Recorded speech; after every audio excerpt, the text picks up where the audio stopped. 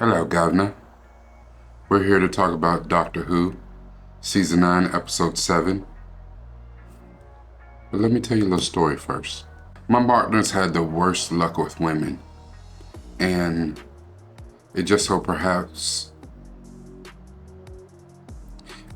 happened that all of a sudden one day, as he told me, his woman kind of switched up on him. And every time he would come in the house, she'd have to smell him to see if he smelled like another woman.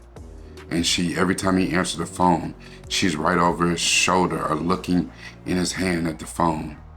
When he would go to the bathroom, when he would go to sleep, when he'd get in the shower, she would open his phone and check and go through all his text messages and his DMs and all the posts that he made. And then one day, she came up with something.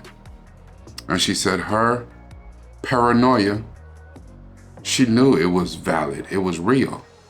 Because she found out he was cheating on her and he had pictures of another woman and himself in some situations with another woman in his phone. Those pictures were 8 years old. He'd only known her for 2 years. Let's talk about it.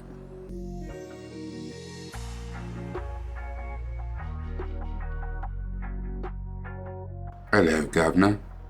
This is Rakai Steed, Noob from the Ville, and we're here to talk about Doctor Who, Season 9, Episode 7, the Zygon Invasion.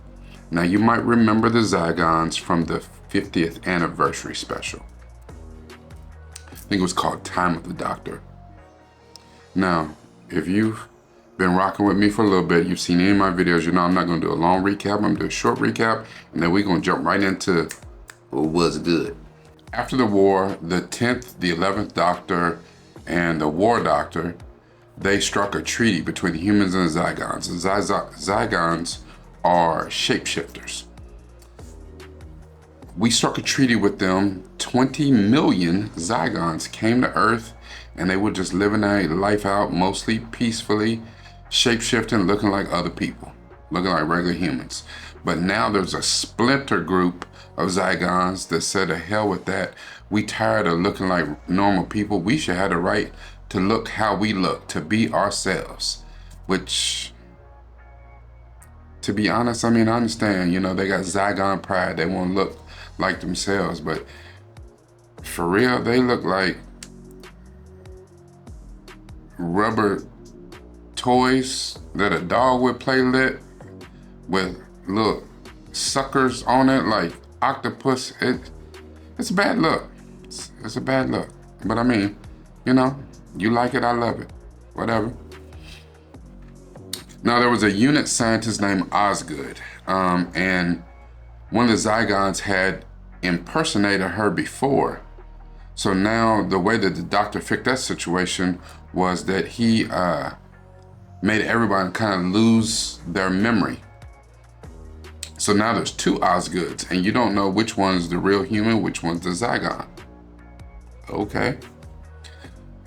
This little splinter group, they're going around and kidnapping other members of the royalty or the command of the Zygons who look like normal humans, because they want to start a war. They don't want to just live amongst humans. They're like, nah, we just take this whole thing over. Now, there's two different places where things are going on. There's this small town called Truth or Consequences, New Mexico. Okay. And then there's another country called Turkmenistan. The Doctor goes to Turkmenistan, and Kate Stewart, she goes to Truth or Consequences. Clara gets knocked unconscious where she lives, and a Zygon takes her place. The Zygon that took Clara's place is named Bonnie and is now in charge because they had killed off the Zygon High Command. And this, again, a two-parter, ends on a cliffhanger where we see Bonnie, who now looks like Clara, take a rocket launcher and launch it at the plane that's carrying the Doctor to Turkmenistan. You know that I love my quotes, and I only have two. The first one is from Hunter S. Thompson, and he says, "There is no such thing as paranoia. Your worst fears can come true at any moment." The second one is from the musician, actor, host, Henry Rollins. And he says, "I don't believe in fate or destiny. I believe in various degrees of hatred, paranoia, and abandonment. However much of that gets heaped upon you doesn't matter. It's only a matter of how much you can take and what it does to you." When you look at this particular episode, there is paranoia going around because they know since the Zygons can shapeshift and look like anybody, they could be anybody, they could be anywhere. And it's hard to trust other people around you. It's hard sometimes to even trust yourself. That story I told at the very beginning about my partner and his ex-girl. What we came to later find out is the paranoia was real. She was paranoid that he was cheating on her. But the paranoia was real because that whole thing about various degrees of hatred, paranoia, and abandonment that can be heaped upon you. She was paranoid because she was the one cheating. And she figured if she was cheating, then he had to be cheating. Because every other little dude that she'd ever messed with had cheated on her.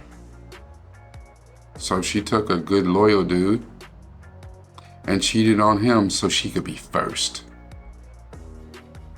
And this time she could catch him in the act. Instead of being the one with egg on her face and being the one to find out that her dude had some side women. The doctor in this episode was afraid. And remember we said that your worst fears can come true at any moment? He gave a box called the Osgood box to the Osgood twins, I guess. And one of them ends up being killed. We don't know if it's the human or the Zygon one. So the other one goes into hiding. The Osgood box is supposed to be a last resort box. No one's exactly sure what it does. Some speculation about what it does. But it's a last resort box in case the Zygons invade. What do you do when your paranoia is not actually paranoia? That is actually rooted in truth. You know, when you have paranoia, there's usually certain triggers.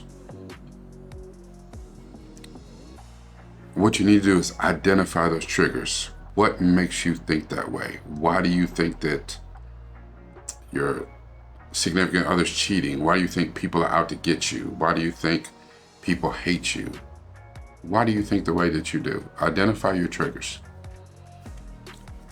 You have to engage in self-care. Sometimes the easiest way to lead you down that path,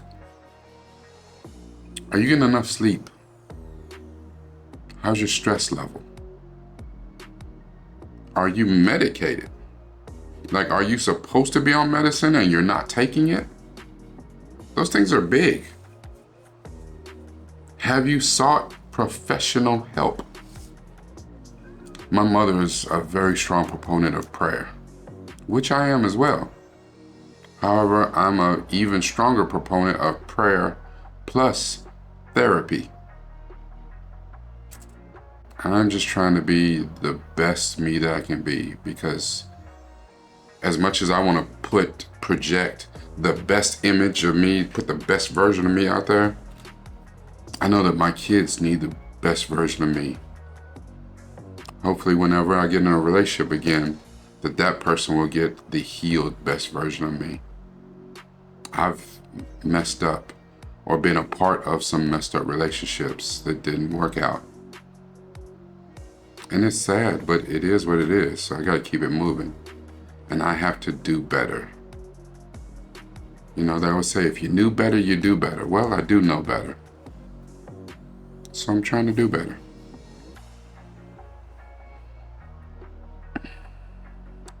When I was going through my episodes, and not really with paranoia, but I had deep depression. Finding little things, affirmations, relaxation techniques, having a support group, and not just a group of yes people who validate everything that you say. Some people that hold you accountable and be like, I don't think that's, you have to find people who will pour into you, but also hold your feet to the fire. I kept a journal. I know it's easy to say, oh, you kept a diary. You was writing stuff down like a little girl in the babysitter's club. No, I kept a journal.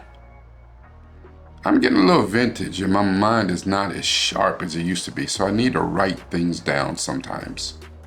Especially when you're talking about feelings. You know, men usually don't do a lot of talking about their feelings. I don't have a problem with it, but I also don't want my feelings to be weaponized. So I have to be very guarded. Can I talk to you and you not use what I just said when I was being vulnerable, when I was talking about my feelings, you use it against me the next time you get pissed? No, we're not doing that.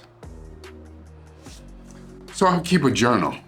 And the journal really is mostly for me so I can see how far I've come. You need growth. You need to celebrate the W's when you can get them. You're going to take L's. That's life. Life be lifing. You're going to take L's. So celebrate the wins when you can get them. If you can recognize your triggers, limit your exposure to them.